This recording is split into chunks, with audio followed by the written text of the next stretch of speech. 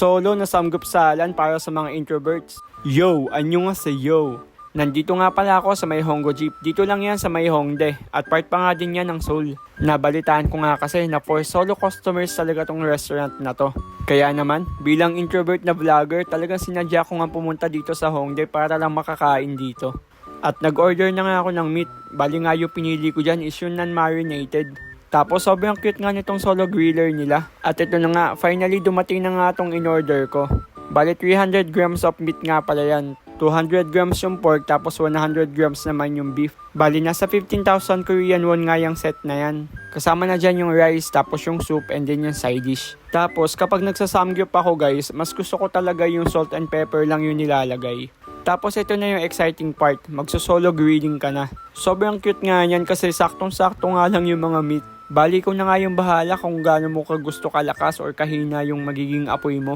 At saka tatanungin ka talaga nila kung first time mo dito. Kasi gaguide ka nila about dun sa sauces nila. Pero for me, sobrang sarap nung barbecue sauce nila dito. At saka ang ganda din talaga ng quality ng meat nila dito. Pero syempre, hindi lang yung sa pagkain yung pinaka na-enjoy ko dito. Ang pinaka na-enjoy ko dito is yung talaga mag-isa ka lang talaga na nagsasamgyup. Di ba sa Pilipinas merong hindi talaga pwede yung mag-isa lang, di ba? Lalong-lalo na yung mga buffet style talaga na only lahat. Dito guys, yung mga samgyupsalan, bihira lang talaga yung mga only. Bibilhin mo talaga siya per 100 grams. Kalimitan ganon. At ito nga kakakwento ko nga, nakalhati ko na nga halos itong mga kinakain ko. Sobrang sarap ng beef dyan guys. Ngayon alam ko na kung bakit sobrang mahal ng beef dito. Kaya kung nagki-crave ka ng samgyupsal tapos wala kang maisama, or yung talaga na gusto mo solo ka lang, ito na yung perfect place para sa'yo. Sa mga oras na nga na yan, hindi ko nga namamalayan na halos paubos ko na nga yung 300 grams of meat.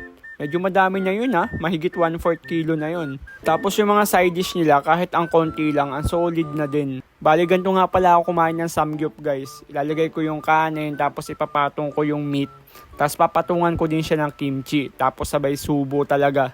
Then higop ng soup panulak, napaka solid. Tapos ito nga naubos ko na nga, ayun lang, anyong.